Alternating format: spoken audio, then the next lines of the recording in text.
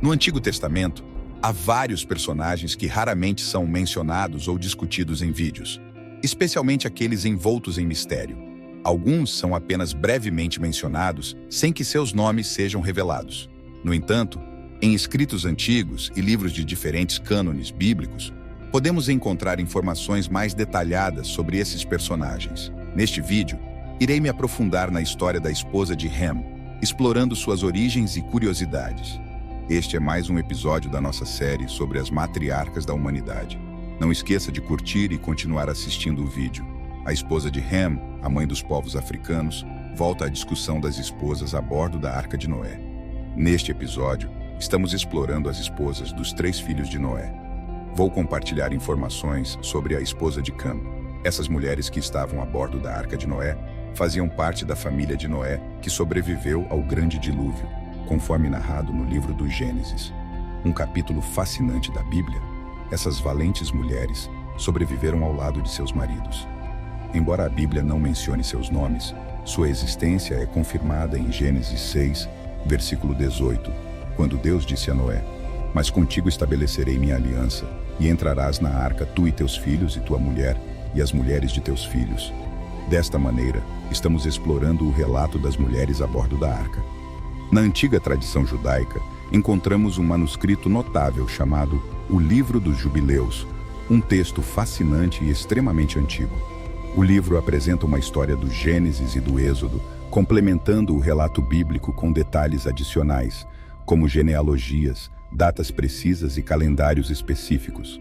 Também aborda a história das ordenanças religiosas dos patriarcas e as leis observadas pelos antigos israelitas.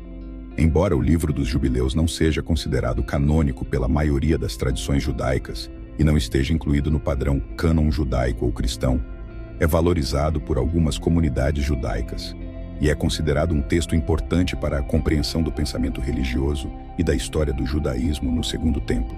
Além disso, durante esse período, foi preservado em vários idiomas e manuscritos, incluindo grego, etíope e latim.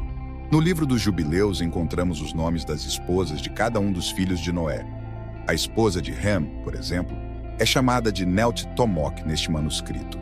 Ela é descrita como a mãe de muitos povos, incluindo povos africanos e outros grupos com origens relacionadas a Ham e sua esposa Neumar. Neltomok é lembrada como a matriarca dos povos africanos. Seus descendentes se espalharam por todo o continente, dando origem a diversas culturas e civilizações.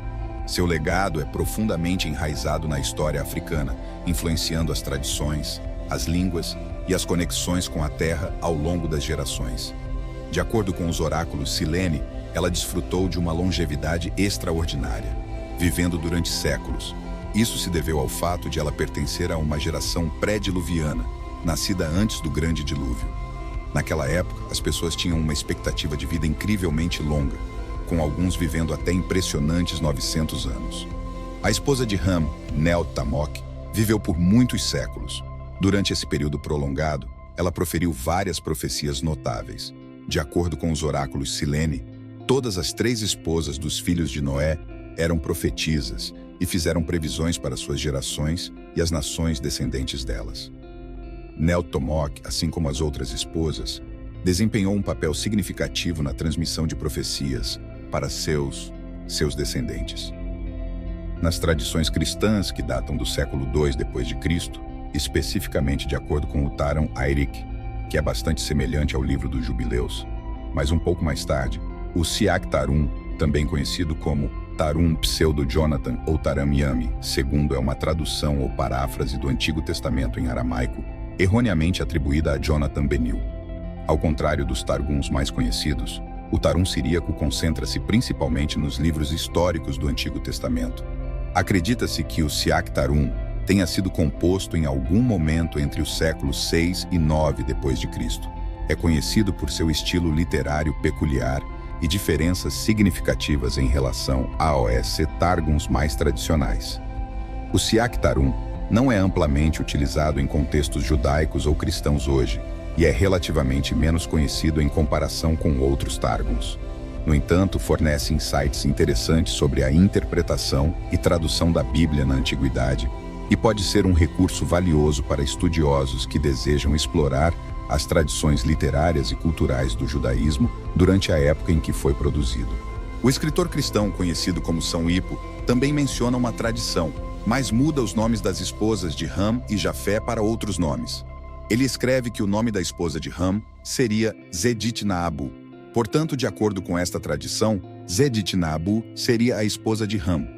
É realmente fascinante notar que nas tradições cristãs há uma antiga lenda relacionada à esposa de Ham durante a época do dilúvio. De acordo com esta lenda, Deus instruiu Noé a destruir a primeira pessoa que anunciou o início do dilúvio. No entanto, naquele momento, a esposa de Ham estava assando o pão, e quando a água de repente saiu do forno, destruindo o pão, ela exclamou que o dilúvio havia começado. Começou a gritar e proclamar que o dilúvio estava começando. De acordo com esta tradição cristã do século II, Deus então decidiu revogar sua ordem anterior para que Noé não destruísse sua própria nora. Em outras palavras, não destruísse um membro de sua própria família. Este é um relato fascinante presente nas tradições cristãs sobre a esposa de Cam, conforme mencionado no livro do Gênesis, capítulo 10, e no livro dos Jubileus. A esposa de Ham teve 4 filhos com ele: Cush, Mra, Put e Canaã. Vale a pena notar que os 3 primeiros filhos de Ham e Neel-Tomok deram origem a várias nações, principalmente na região africana. Porém, Canaã não deu origem ao povo africano. Ele foi o ancestral dos cananeus, também conhecidos como os antigos fenícios no Oriente Médio, que foram inimigos e rivais dos israelitas por muitos séculos. Apesar de Canaã não ser o foco principal da narrativa bíblica, seu nome está associado à terra de Canaã. Esta terra é frequentemente mencionada como a região que se tornaria a herança dos descendentes de Abraão, Isaque e Jacó após sua jornada para lá. Esta terra incluiria áreas geográficas que agora fazem parte de Israel, Palestina, Líbano e Jordânia. É interessante observar como esses relatos bíblicos e lendas antigas lançam luz sobre a história e as origens de diferentes grupos étnicos e culturas. Os principais grupos étnicos que se originaram da linhagem de Neel-Tomok incluíam principalmente os sumérios. Notadamente, o povo sumério teve suas raízes na descendência de Cush. Nimrod, um pioneiro sumério, colonizou a região mencionada no livro de Gênesis, que mais tarde se tornou a Babilônia. A Bíblia descreve Nimrod como o primeiro homem poderoso na terra, Gênesis 10, versículo 8, e afirma que ele se tornou um poderoso caçador diante do Senhor. Além disso, Nimrod é acreditado como o fundador de diversas cidades antigas na região da Mesopotâmia, incluindo Babel, Ir, Aad e Calna. Uma parcela significativa da população local daquela região tinha origens citadas, incluindo os acadianos, caldeus, assírios, sírios e arameus. No caso dos sumérios, sua ancestralidade remonta a Cush, devido à influência de Nimrod. É também notável destacar que os antigos egípcios eram descendentes da esposa de Neel-Tomok, Ham, através de seu filho Mra. O nome Mra é frequentemente associado à região que eventualmente se tornou o Egito na tradição bíblica e histórica. Na verdade, o termo Mra é usado em algumas traduções da Bíblia como um nome alternativo para o Egito. Embora Mra não seja uma figura central na teologia bíblica, ele possui significado histórico devido à sua associação com a região do Egito. O Egito desempenhou um papel significativo na história do Antigo Oriente Próximo e é frequentemente mencionado na Bíblia em relação a eventos como a escravização dos israelitas e o êxodo liderado por Moisés.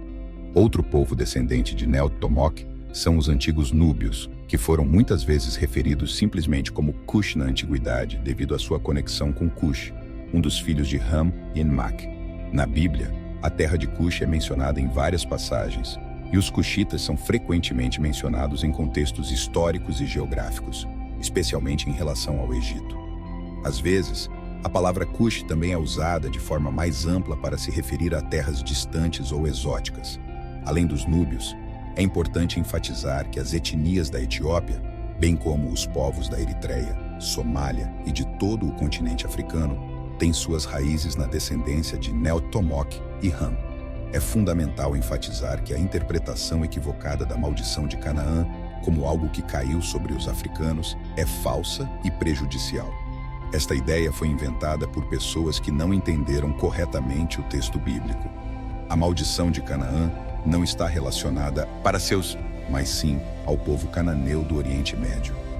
Associar incorretamente esta maldição para os é uma distorção e uma interpretação contextualizada e errada da Bíblia. A maldição de Canaã é uma narrativa encontrada na Bíblia, especificamente em Gênesis 9, versículos 20 a 27. Neste relato, após o dilúvio, Noé planta uma vinha, fica embriagado e fica descoberto em sua tenda.